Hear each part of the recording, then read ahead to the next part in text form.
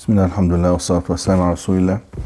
So yesterday we mentioned the wajibat as-salah, the obligatory acts in prayer, which should not be missed intentionally. A person should never neglect to perform these acts or sayings intentionally.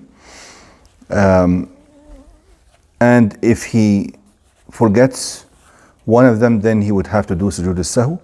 And as I mentioned, that aside from the arkan, the integral essential parts of the salah, then you will find lots of difference in opinion what to consider as wajib and what to consider as sunnah.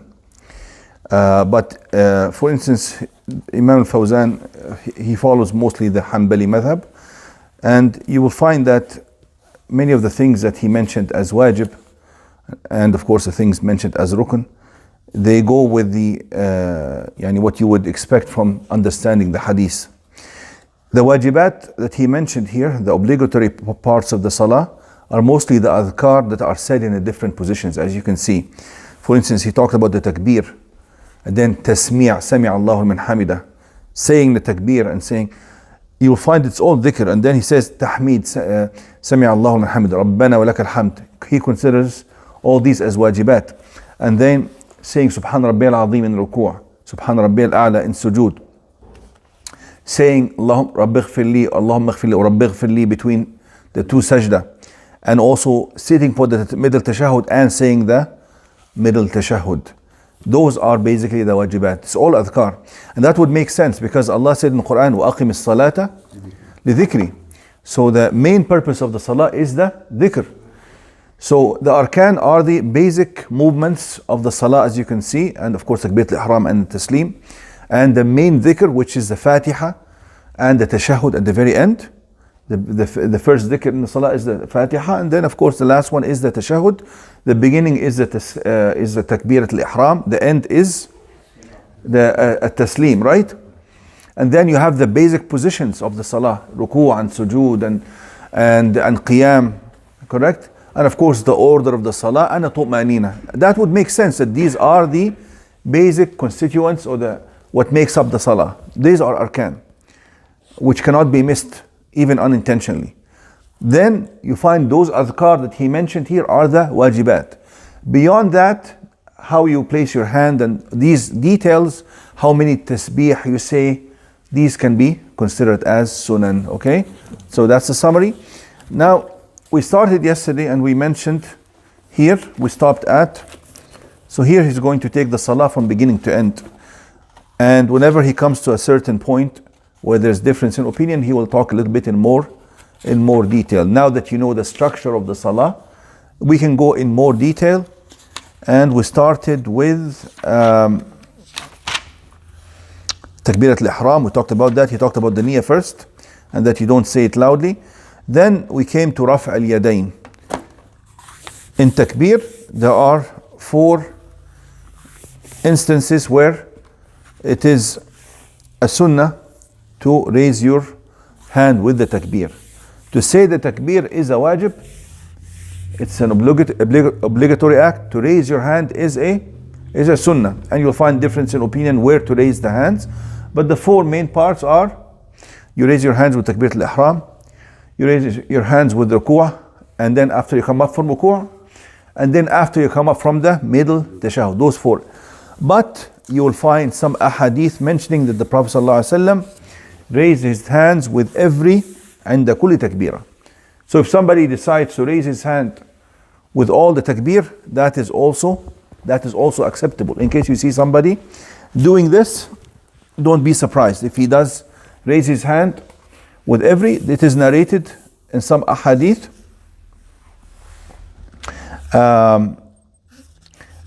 that he raised his hand with every takbir, even between the sajda, sujood, and then comes up Allahu Akbar while he's sitting, then Allahu Akbar.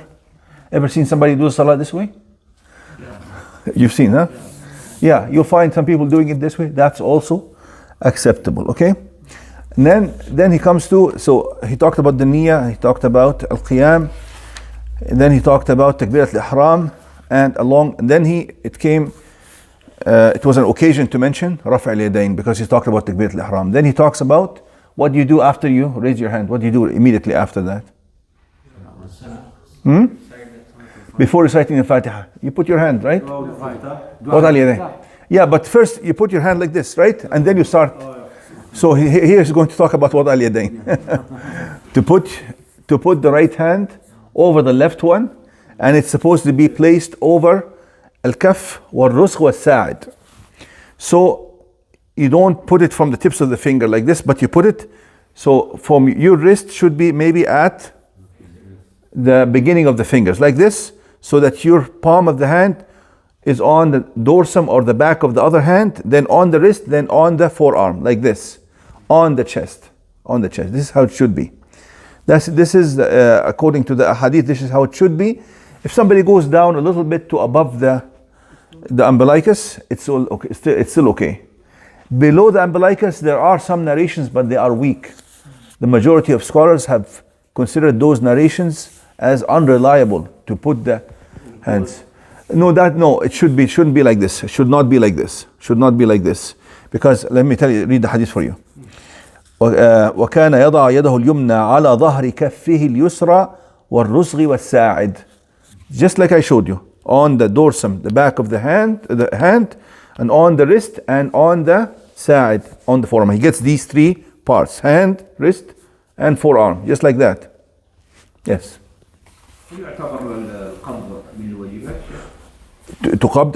There are some hadith that say that he actually also gripped, almost like a grip. Okay. Either you put or you grip, it's all okay. There's a hadith that indicate. هذا واجب وسنة. لم يثبت عن الرسول صلى الله عليه وسلم أنه صلى سجدا. لا أبدا. It's never.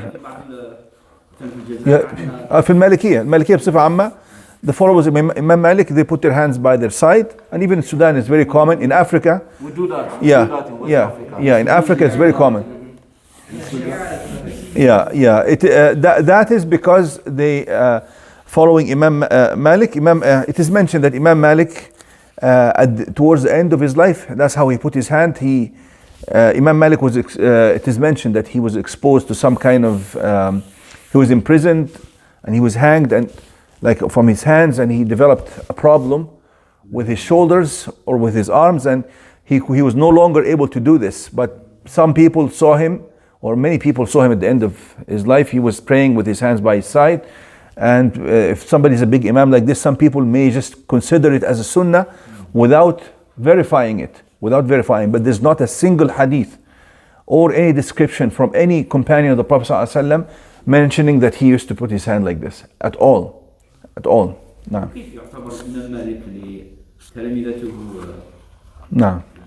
It is true. How his students. I will have to review what his students said specifically about this matter, but it could be that some people followed him just by seeing him, but his close students, what they did, I will have to review that. But there's definitely not a single hadith on this matter. The proportion is very negligible. Yes. Because I know of a Saudi society that make it as one of their cardinal objectives that when they are doing salat, they do it that way. Others, they normally. Exactly. I will have to see what the official position of the Madhab al-Maliki is. So what if someone is sick or they cannot fold their hands just because they're sick? Oh, they leave it. If somebody is sick, doesn't want to even stand, cannot stand in salah, he doesn't have to stand. So as you know, this is everything in Sharia is based on ability. لا يكلف الله نفسا إلا وسعها. So Sheikh, you say at all, anywhere, this is the sunnah. Right. To put the hand to leave it like this. There's no sunnah at all. It's not sunnah, but if any kind of thing, if he didn't put his hand. If he has a problem with his arms not problem. If he decides to leave it, for instance, some people consider putting the hand like this or like this a sunnah, not a wajib. Imam al-Albani, for instance, considers it a wajib, and most probably it is a wajib. Why is that? Look at the wording. إن معشر الأنبياء أمرنا بتعجيل فطرنا وتأخير سحورنا ووضع أيماننا على شمائلنا. It says, we, the prophets in general, we have been commanded, meaning by Allah, to make our iftar, hasten with our iftar and delay the suhoor just before the fajr, and to put our right hands or on our left hand. And also كانوا يؤمرون, this hadith Sahl ibn Sa'd, كانوا يؤمرون بوضع اليمنى على اليسرى في الصلاة. They used to be commanded, the Sahaba used to be commanded, which means the command is coming from who? The Prophet ﷺ. So here Prophet ﷺ indicated that he was commanded and he used to command the Sahaba.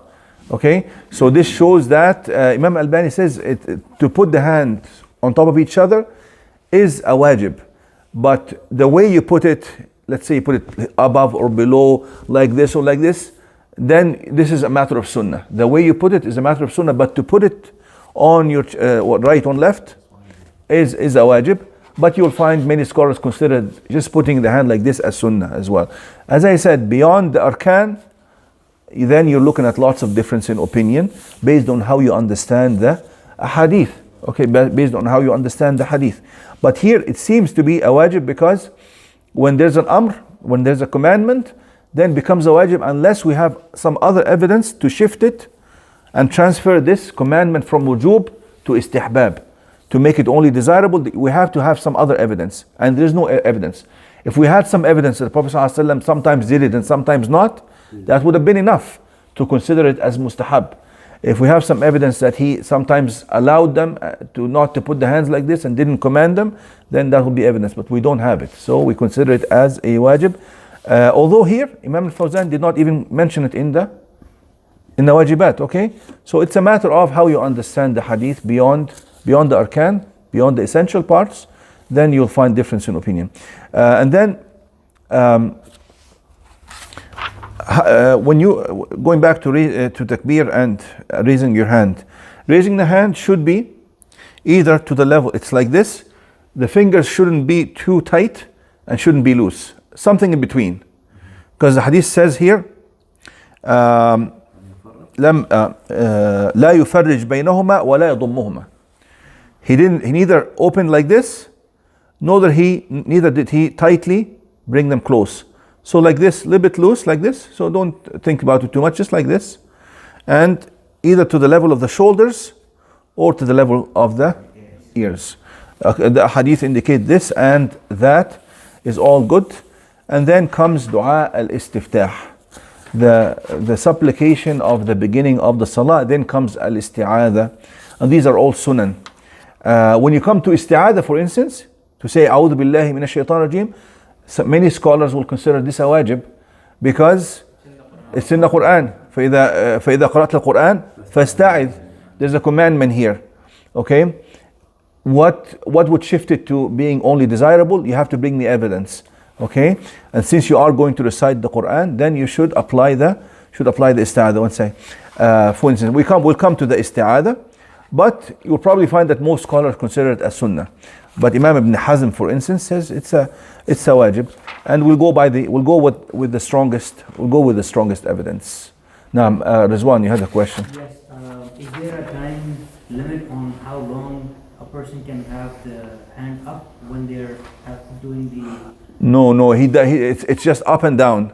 You don't hold it like this for two. Yeah. Some people, especially the first takbir when they're making the niyyah for the prayer in their heart, so they just hold their hands like this while they're making the niyyah, and then they say Allahu Akbar and they go down. Is this right? No, it's wrong, because he says some people will go like this and hold it up for a few seconds just to make sure that they have the niyyah. Why is it wrong? So the niyyah is before. Exactly, the niyyah should be before. Yeah, the niyyah should come before you actually enter the salah. They're saying Allahu Akbar, they've already started the salah, so the niyyah should have preceded. So, and then the second mistake here is that it's only raf' al-yadayn. You only raise them and you put them down. You're not supposed to hold them. The takbir comes along with the rafa, or just before or just after. That's not a big problem. To coincide the takbir, preferably to coincide Allahu Akbar along with the movement. But if one precedes the other one a little bit, it's not a big problem. It's not a big problem. Then we come to dua al-istiftah. We'll leave that. There's several different dua. We should try to memorize maybe one or two to use in our salah. Some of them are short, some of them are long. I would maybe we'll leave the next class to translating those adiyah, because they have lots of important meanings that we have to understand. So we'll talk about the dua al-istiftah next time, inshallah. Inshallah.